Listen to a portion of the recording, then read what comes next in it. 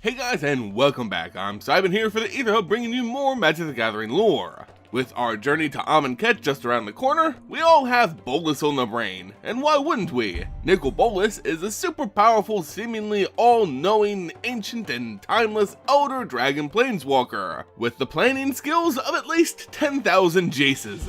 He also seems to be one of the most dangerous antagonists in the known multiverse, and our heroes are headed straight for his main plane domain.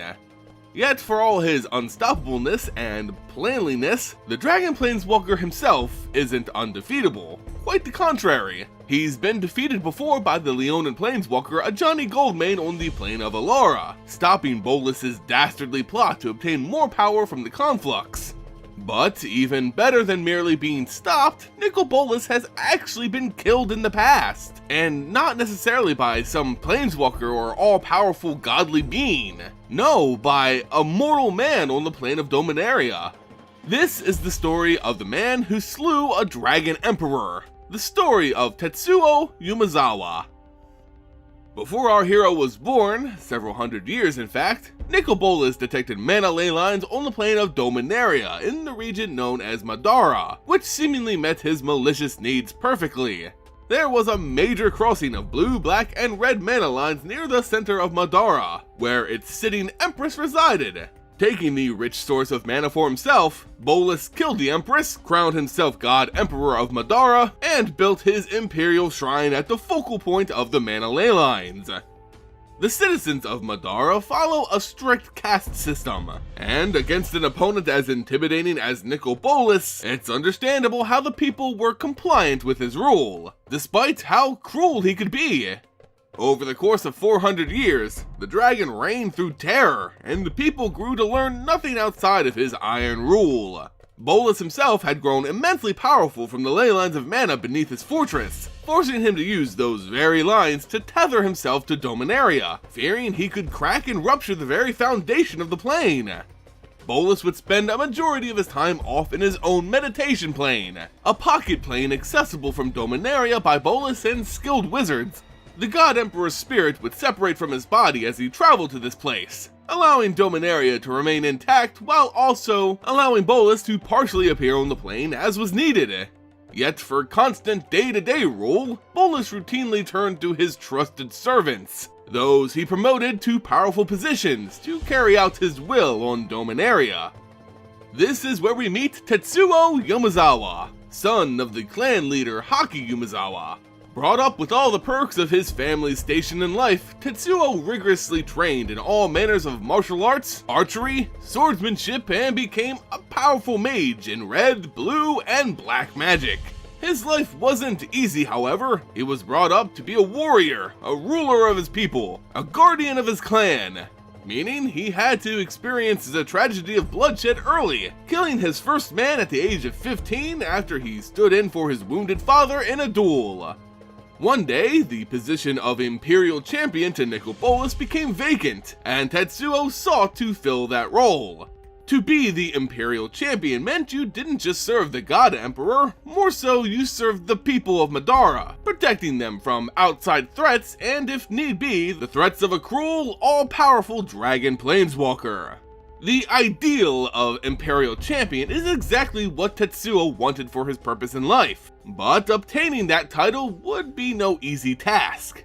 Another had opted to apply for the station, Shasido Mayashi, the general of the Kensu, the standing army in service of Nicol Bolas. Despite being well seasoned in combat, Shashido was defeated by the relatively younger Tetsuo in a 1-on-1 duel, leaving the general disgraced and forced to leave the Kensu's service, gaining the new Imperial Champion, a very strong enemy early in his reign. While this was indeed a triumph, it was made bittersweet when he realized an old rival of his had subsequently earned the title of Imperial Assassin, Ramses Overdark. And with a name like Ramses Overdark having the title Imperial Assassin, you know this ain't gonna be good. But for now, they lived in relative peace in service of Nicol Bolas and the people of Madara. On one of his first missions as the People's Imperial Champion, Tetsuo was sent to deal with a cat dragon who was terrorizing a coastal village in the area. He brought with him a team of people who he trusted to support him through difficult encounters. His second-in-command, Tor, his armorer, Aisha, and a healer named Kai. After reaching the devastated village, Tetsuo challenged the dragon named Wazitora to a formal duel, which all dragons seem bound to honor. Yet this fight was interrupted by an Elder Landworm, a powerful beast and remnant of the Elder Dragons from a time before time.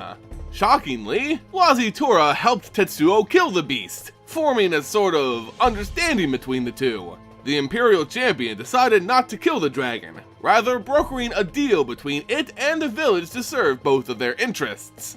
Tetsuo left, making a powerful ally, yet after this victory, the Imperial Champion would suffer from a series of betrayals. The first came from, well, the appropriately named Overdark, the Imperial Assassin. Bolas had sent Overdark on a mission to quell a rebellion on the islands of Edemi, people never pleased by the treatment of their God Emperor. Always looking to further improve his lot in life, Overdark dragged Tetsuo into the conflict with the hopes of having him killed and replaced with someone loyal to him, baiting the champion in by infecting his healing friend Kai with a parasitic larva from the islands, implementing the rebels in the personal attack. The larva came from the Umudians, a race of insect humanoids who were never really subtle with their intentions. Yet still, this attack seemed careless, even for them, although other races made up this rebellion as well. At the same time, Overdark sent another henchman to attack the enemies while wearing the insignia of Tetsuo's house, further deteriorating ties between these rebels and the Imperial Champion.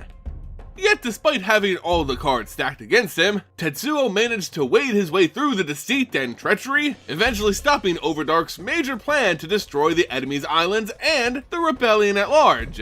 For these heroic actions, the leader of the rebels, Lady Kaliria, let Tetsuo and his group leave in peace, even going so far as to helping his friend Kai with her little larva problem.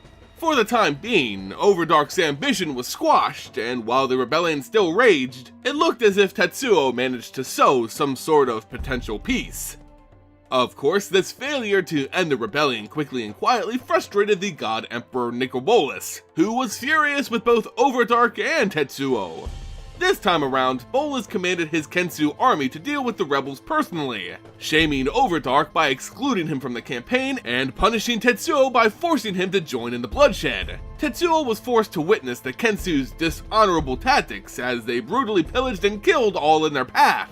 Yet even now, Overdark saw opportunity. He killed the leading commander of the Kensu and replaced him with someone loyal to him, technically leaving him in line with Bolas' order. Rather than being punished for his insolence, Overdark's ambition was praised by Nicol Bolas, and he was promoted to Imperial Regent, Bolas' number 2. This complete lack of honor was the straw that broke the camel's back for Tetsuo. Not to mention, Overdark had finally killed his friend Kai, poisoned Aisha, and gravely wounded Tor in a series of attacks aimed at weakening Tetsuo. He could no longer follow such a dishonorable emperor. He renounced his title as Imperial Champion and took a solemn vow to get vengeance for the people of Madara. The coming weeks would perhaps be the absolute most badass in Magic the Gathering's history. Tetsuo trained for his encounter with the great God Emperor, knowing of his unbridled strength and magical prowess when materialized on Dominaria. To end this single man's quest for vengeance, Overdark ordered the attack of innocent villages in order to lure Tetsuo out. Luckily, an old friend in the dragon, Wazitora, armed with her litter of kittens, came to the village's defense. But it was clear Tetsuo would have to end this soon before more people died in his name. Tetsuo ventured to the Imperial Shrine, the home of Bolas and Overdark, and met a host of Kensu soldiers. In a rage, Tetsuo dispersed them with a massive meteor spell. He was an accomplished mage after all. Once inside the shrine, he faced Overdark in a long overdue duel. The man with an absurdly evil name was indeed powerful, but Tetsuo was cunning. By sending allies to attack Overdark's keep, a place of great mana stores for the regent, his opponent was placed in a huge disadvantage. With his powers weakened, Tetsuo easily managed to defeat his rival once and for all, finally avenging the friends and innocents killed by his hands. Yet, an even greater evil still exists. Nicol Bolas, Tetsuo's next target. Nicol Bolas was enraged by the death of his regent and was acting uncharacteristically irrational. Tetsuo used this to his advantage. He shifted to the meditation plane, baiting Bolas to follow him. The dragon fell for the trap, leaving his body back in the Imperial Shrine, tied to the mana ley lines of Dominaria. Tetsuo triggered his trap. As Bolas left for the meditation realm in spirit form, Tetsuo cast the massive Meteor Hammer spell upon the Imperial Shrine. With his ties to mana destroyed, along with his physical body, Bolas was trapped in the meditation realm, unable to planeswalk, and in a severely weakened state. Here, Tetsuo would kill the very spirit of Nicol Bolas, rendering the Elder Dragon dead by all accounts. Upon Tetsuo's return, those who supported their former Imperial champion then turned to him to lead them as their new Emperor, though it's technically unclear whether or not he ever took that title. What is known is that he stayed in Madara to help heal and rebuild the devastated kingdom, now free from their Dragon Emperor and his tyrannical clutches. Tetsuo Umezawa was a true hero in Magic the Gathering, a mere man who defeated and killed one of the most powerful beings in the multiverse. Yet it's clear today that his victory wasn't permanent. Nicol Bolas found a way to stay part of his soul on Dominaria, like Voldemort, and eventually reappeared in the physical world, leaving the cunning dragon planeswalker for a new age of heroes to face. Will the Gatewatch be able to defeat Nicol Bolas as Tetsuo had so many years ago? The answer may lie on the plane of Amonkhet. And there you go guys, the first death of Nicol Bolas and the man who killed him. It's an interesting story from MTG's past, not without its flaws and holes mind you, but still fun to see how a mortal man could defeat one of the greatest known threats in the multiverse. It certainly sets the bar high for our Gatewatch. Anyway, let me know what you guys think about this story in the comments below. If you enjoyed the video and want to support the Aether Hub here on YouTube, make sure you like, share, and subscribe for more awesome MTG content. As always guys, thanks for watching and I'll see you here next time on the Aether Hub.